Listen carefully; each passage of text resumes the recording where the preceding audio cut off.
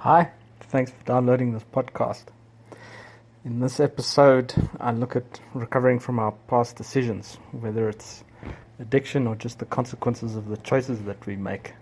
Generally, we bring the same confused mentality to bear on the problem. I outline some of the stumbling blocks and the challenges that we face in just our regular lives. There's a solution though, and it's a tricky one to explain. I hope you enjoy the podcast. I've spoken a few times in this group about the Big Bang theory.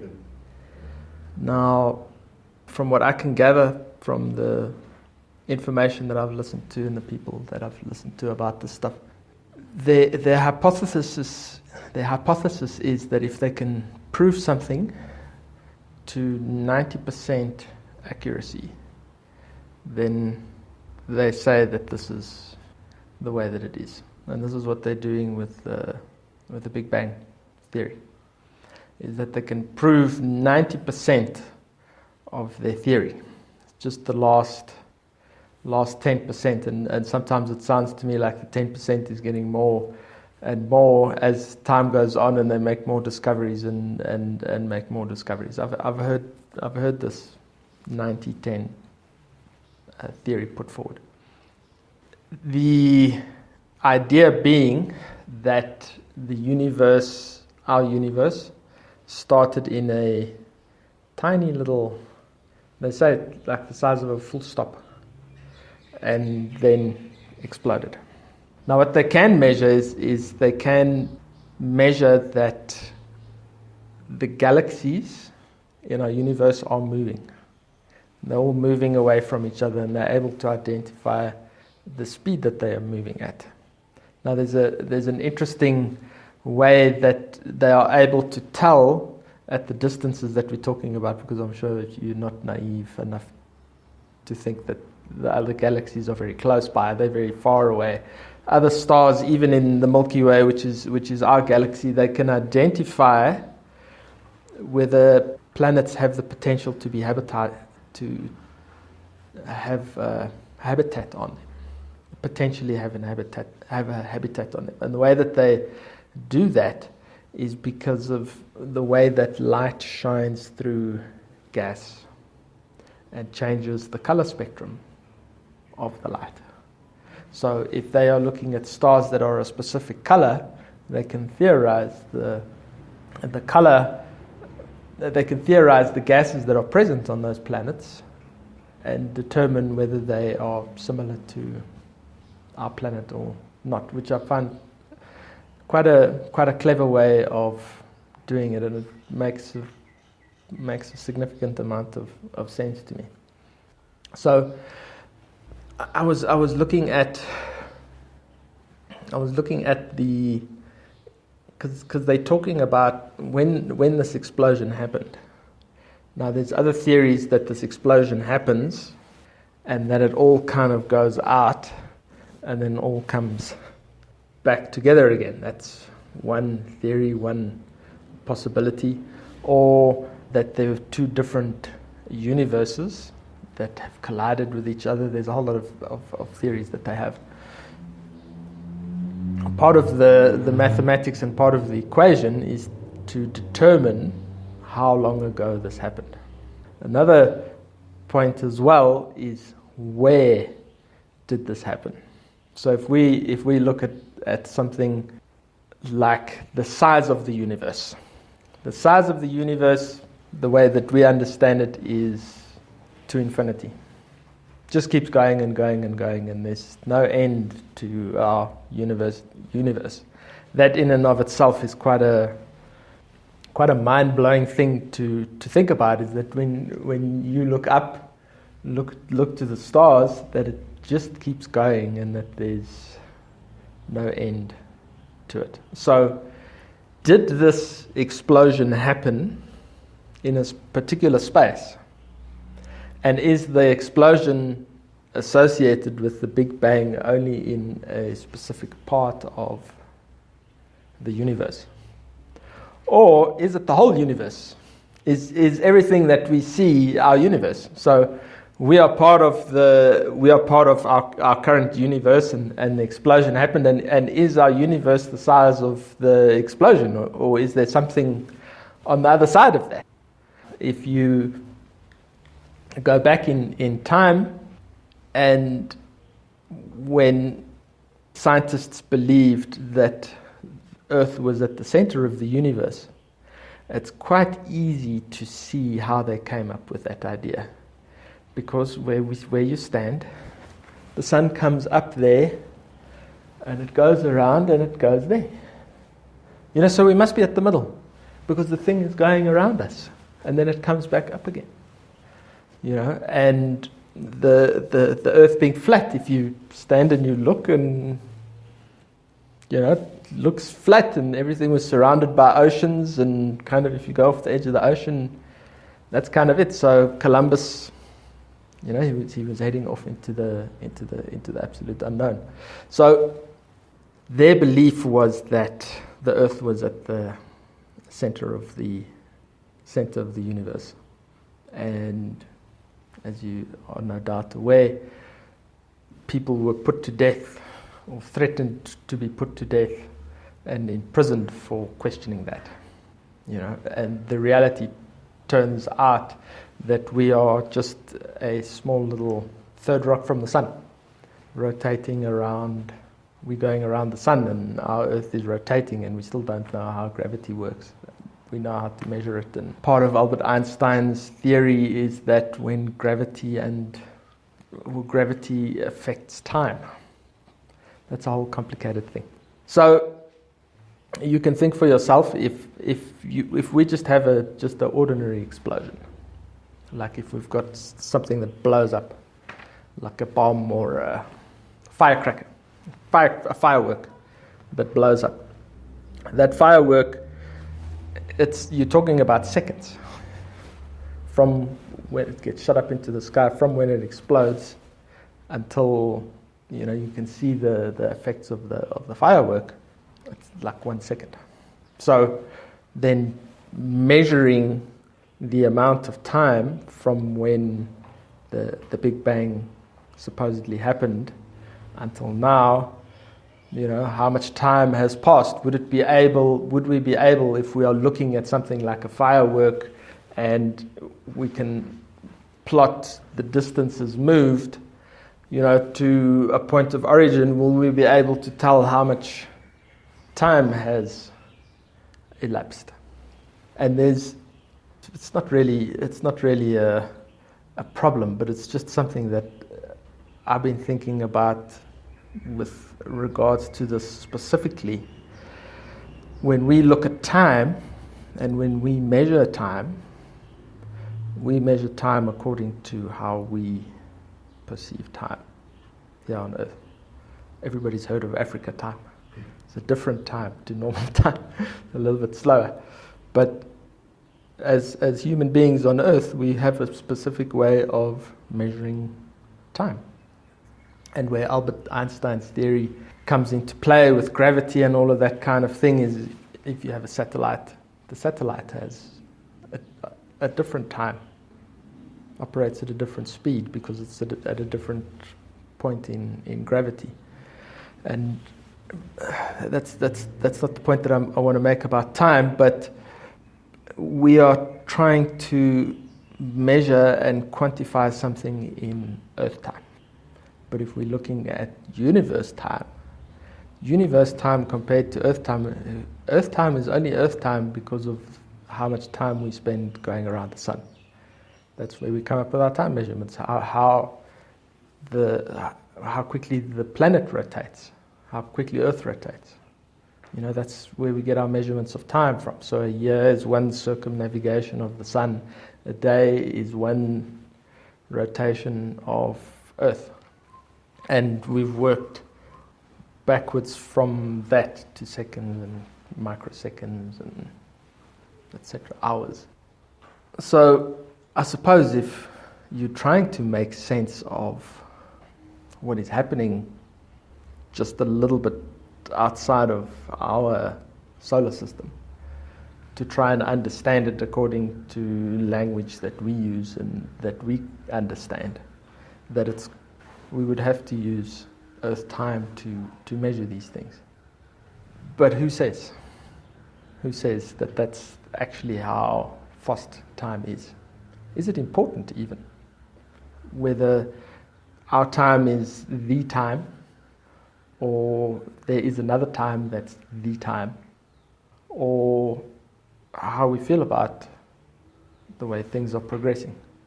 So if I'm stuck in traffic and I'm late, time is short, and I'm rush. But if I'm early, then I take a lot more time to get where I'm going. So this is a whole process that takes place of measurement and evaluation and trying to make sense. So myself, if I use my car metaphor, how does this affect me? How does time affect me? Are the minutes going faster or they're going slower depending on how stimulated I am? Or, if I'm particularly unstimulated, then time drags. Everybody always complains that their holidays aren't long enough and that we need more time on holiday. So there were two professors who did a study. The study was called Naive Realism. Naive Realism. Naive Realism is that everything as we see it is as it is. Naive Realism. So if I look at the time and 10 minutes have passed, then as I see it, that's how it is. Naive Realism. It leans itself a lot to this particular theory and the way they're looking at it. It leans itself a lot to interpretation of what it is you see. Now the examples, I'll give you some examples just to explain a little bit what they mean when they're talking about naive realism. A silly example, but one that I think is quite pertinent. There's a belief that more people are admitted to psychiatric hospitals when the moon is full. So, certainly something that I've heard, whether I've paid any cognizance to it or paid any attention to it or just thought, please really, it's still a thing that is out there.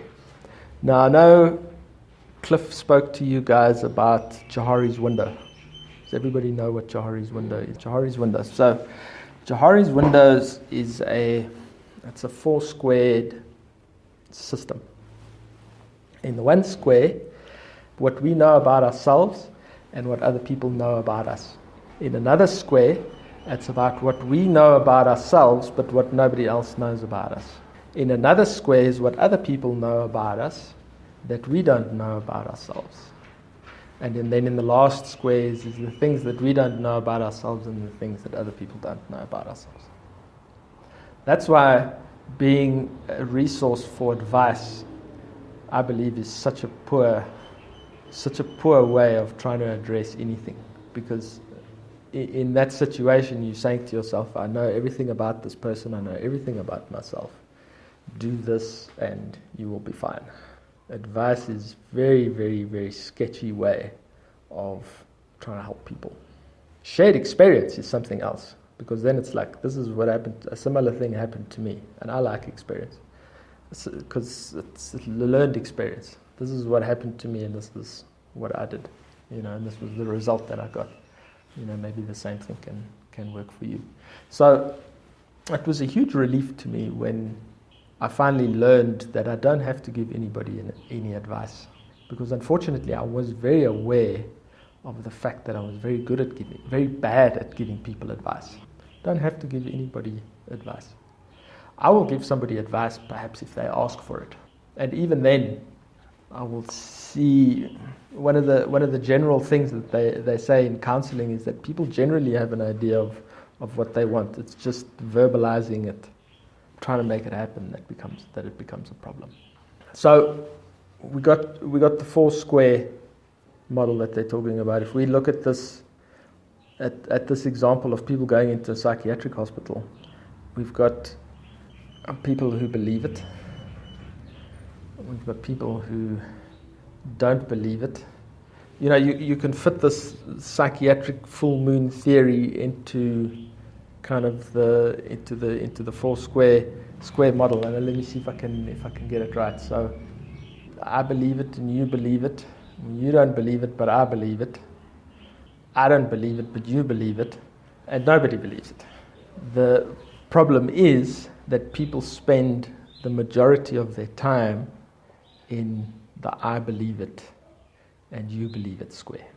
And then when you don't believe it, it's like, how can you not believe this? Everybody knows this. So I'll give you another example. You will have heard people say that people who have arthritis or sore joints, that when it rains, their joints get more sore. Everybody heard that example. You believe it, and I believe it. Therefore, it must be true.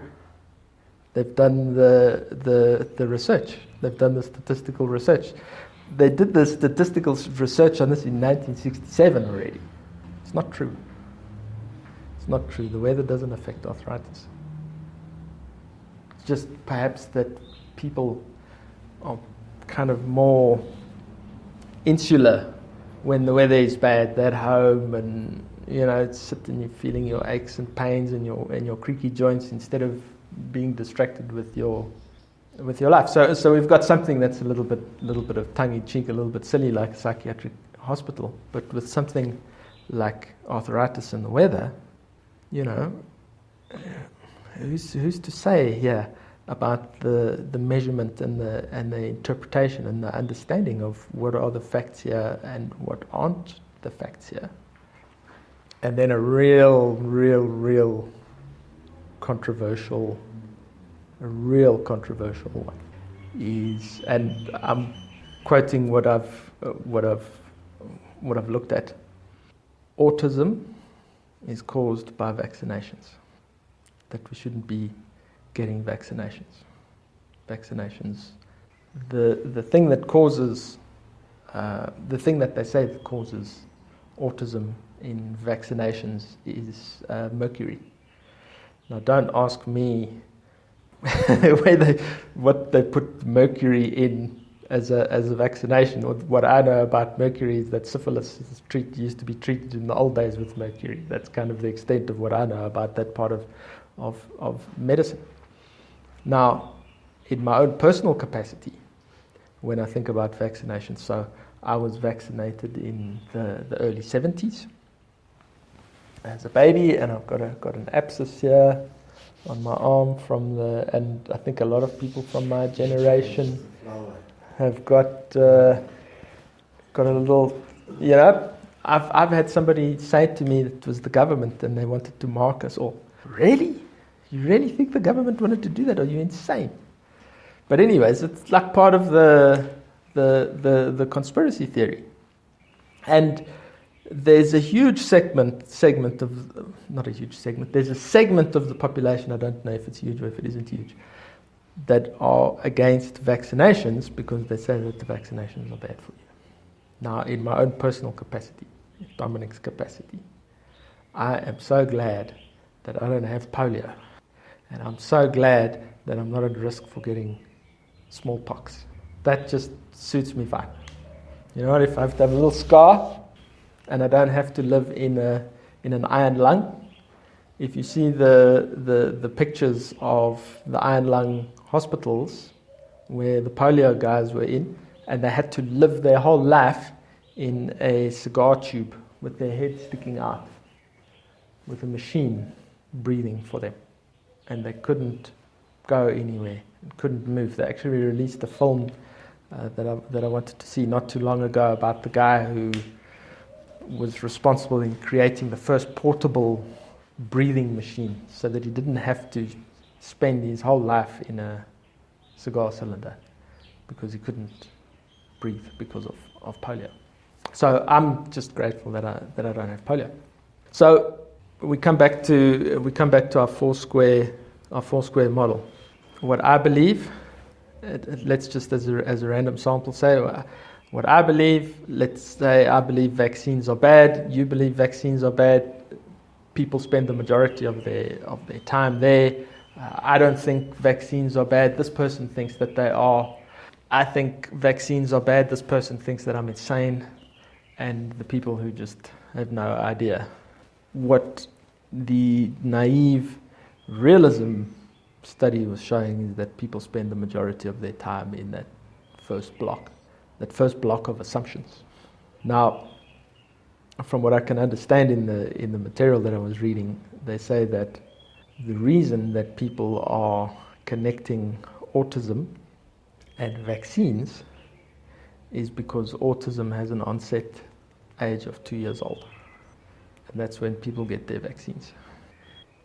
So yes, there is a lot of stuff that we pick up from our environment, a lot of stuff that we taught. And I want to go back to, I want to just go back to what I was talking about initially, which is measuring the age of the universe. With our measurement system that we've created on Earth here, to try and understand and to try and make sense of what it is that is happening around us. An interesting little note on the side. I love science fiction, so I'm a big science fiction guy. What the current belief is that if aliens visit this planet, they will have superior technology to us, because we're not going to be visiting their planet. Every time a superior culture has come into contact, not a superior culture, a more technologically advanced culture comes into a contact with a less technologically advanced culture, the less technological culture suffers. So if it's a good thing maybe that there are no aliens at this stage.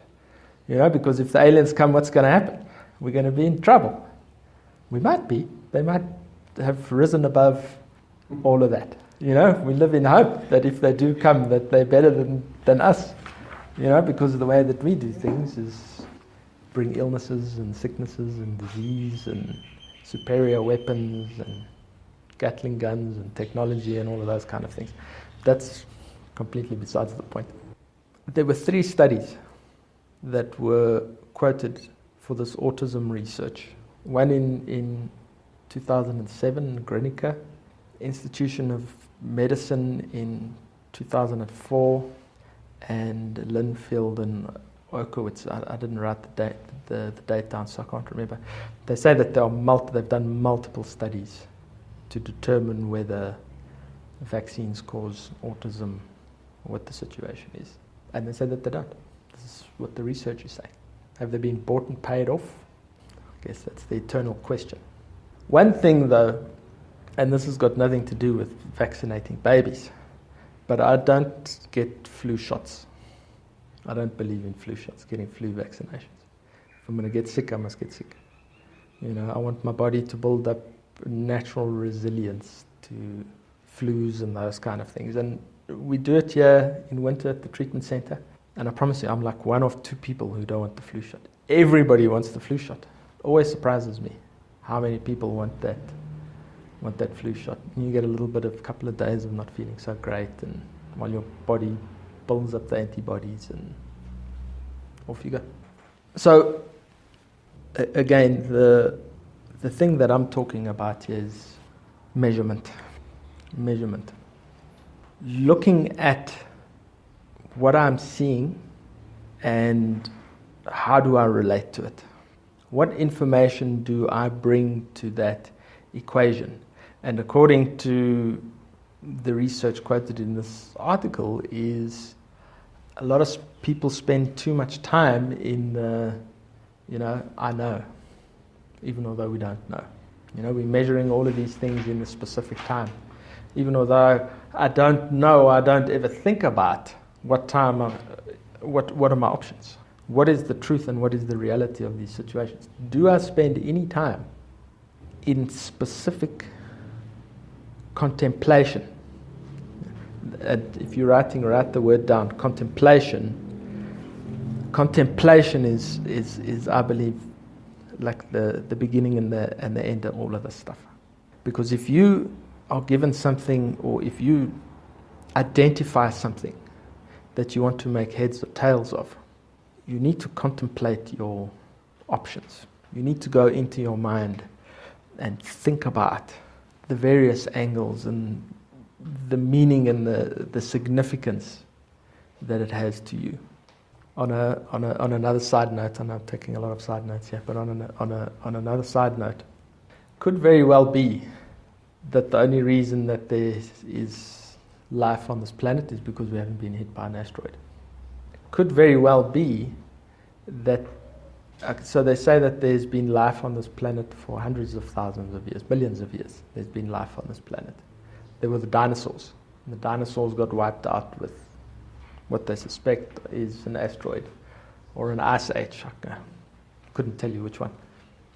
What if that had never happened and the dinosaurs were allowed to continue to evolve for another 1 million years or another 2 million years or another 3 million years? What would have happened? I mean, if we are supposedly have come from fish over the millions of years of evolution, perhaps there are planets and galaxies and universes out there that have been uninterrupted by natural disasters and that have had all of that time to evolve and develop into different things. Perhaps not.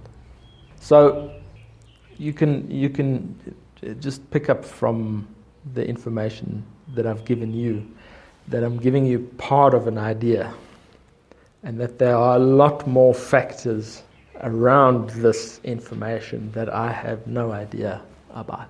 I have a general idea about the direction of what it is that I'm talking through the amount of time that I've been looking at all of this stuff. But there's so much more to it.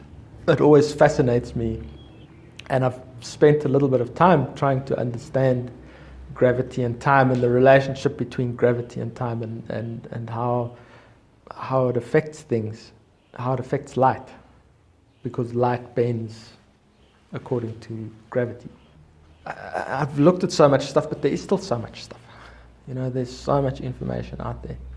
Now, the ideas translated in our program, the program that we work, the 12-step program, are a set of ideas that have been distilled to the very best of my understanding. There was one other organization, and I'm talking about in the history of mankind, in the history of our ability to communicate with each other. There has been one other program that has proven successful in helping people stay sober.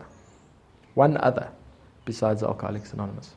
So we're talking, if we use biblical time, so when Noah, how long ago was Noah? 3,000 years? When Noah built the ark, and after the flood, when the flood subsided, the first thing he did was plant a vineyard. And then when the grapes were ripe, the first thing he did was get pissed. And family humiliated him. So drinking and getting pissed has come from a long way. Maybe he was like, really just needed a break after being on that bloody boat with all those stinky animals, you know, for 40 days and 40 nights, however long it lasted. One other program that has existed to help alcoholics recover before Alcoholics Anonymous, and it was an organization called the Washingtonians. Go and check it out. Go and research it. The Washingtonians. What happened with the Washingtonians? The 5 drinking buddies who all decided that they wanted to stop drinking. And the idea was that they would support each other. That if the one wanted to drink, the other 4 would help the one. Now we're talking in the 1800s, when George Washington was president. That's how they got the name of their organization. I don't know when that was. There was no radio, obviously no internet, no telephones, no Morse code. There was nothing except newspapers and spoken word. That was it. Those were the only forms of communication that were around at the time. And this organization exploded. These guys started helping other people. With no communication, if I'm not mistaken, it was in a period of 2 years, they had already had 100,000 members. And they had started expanding nationally into other states. They were really, really, really growing, and it was just through people speaking to each other. People getting sober, people not drinking. And their downfall, why they never made it further, within 5 years they were gone. They had a huge peak, and within 5 years they were gone. Now the reason I mention that is because AA has been around for 95 years. What they did was they started getting involved in politics. Because at the time there was a huge thing with the slavery, and they started getting involved with that whole movement. What they would also do is they would also have paid speakers. So people who would go on the circuit and speak, whether they were people who were in recovery or not. And obviously politicians aligned themselves with these organizations, and they were gone. Nobody's ever heard of them. Nobody knows about the Washingtonians in 5 years, from 100,000 plus to nothing. And then AA came about in the early 40s and has been around ever since. So when it comes down to recovery from alcoholism, there are a lot of organizations now. If you go online and you go and search, there's a whole segment of the recovery community that is very, very anti-12-step. The 12 steps is rubbish. That whole spiritual thing is a lot of codswallop. Websites, people have written books. You know, a lot of people have got a lot to say. I don't think it will ever affect the 12-step organizations, because the 12-step organizations are free. There's no money involved. There's no dues. There's no fees. The people who attend the meetings are people who want to be there voluntarily out of their own and are finding that it works for them. And what they are doing is they are helping other people that are like them. And like I say, 90 odd years later, the organization is still around. It's a huge part of the medical fraternity, 12-step recovery. You speak to any psychologist, any psychiatrist, everybody knows about 12-step organizations. Whether they use them or not, an entirely different issue. The psychology profession believe that alcoholism is a result of unresolved issues. And if you can help the person resolve those issues, then they won't need to drink anymore.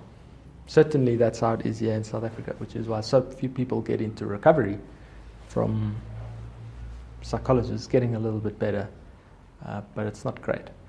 Which is also fair, because the amount of time that a GP gets on alcoholism, the amount of information that a GP gets about alcoholism in their 7 years, if I'm not mistaken, it's a 1-hour lecture, maybe half a day's worth of work in a 7-year medical degree is associated to alcoholism.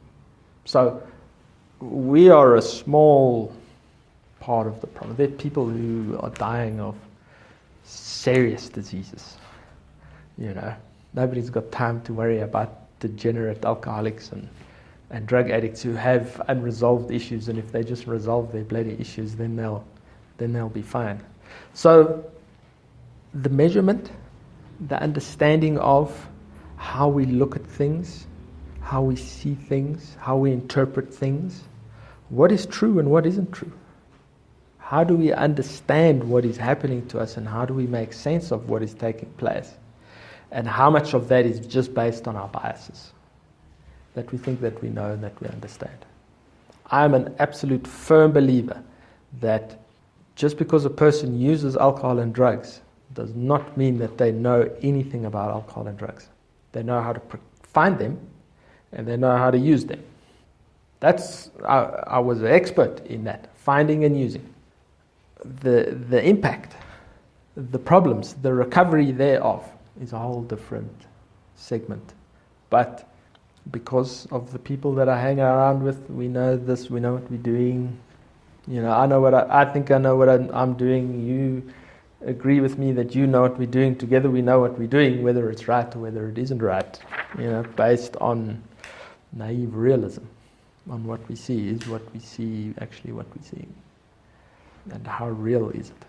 How much information do we not have? I want to mention the Buddhists in Tibet chose exile over occupation by China because China wanted to outlaw the way that they were doing things. China grabbed Tibet for their land. I'm sure you're all aware the Dalai Lama is not allowed in South Africa because of our ties with the Chinese government. Bishop Tutu is one of the hugest advocates against that, which I think is a great thing. Now, the Buddhists have taken the view of the occupation of, well, let's say the Tibetans. The Tibetan Buddhists have taken the view around the occupation of their country by China that if it wasn't for the occupation of China, they would not have been able to get their message out to the world. Because that is what has happened. And their message is the message of meditation, the message of spirituality, all of those kind of things.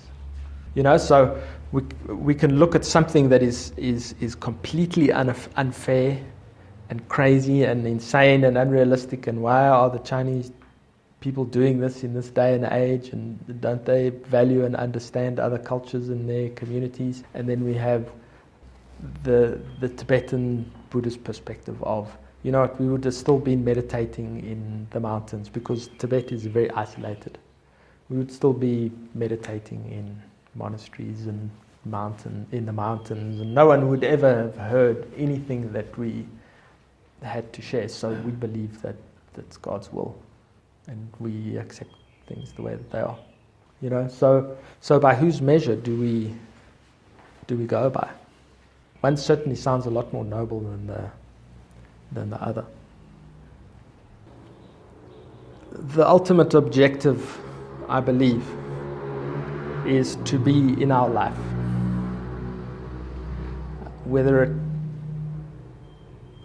I think we need to be aware of naive realism. I think we need to be aware of cognitive dissonance, but these things are going to impact us anyway. If we can be in our life from a perspective of, my sponsor once asked me the question, how much undifferentiated pain do you live with daily? That is pain that you cannot explain where it comes from or why you are feeling that way or what it is. Just that discomfort and that dis-ease. How much of that do you live with on a daily basis? I guess the inverse of that is, if I talk about being in your life in an undifferentiated way, that for me would be the object of the exercise. Undifferentiated being.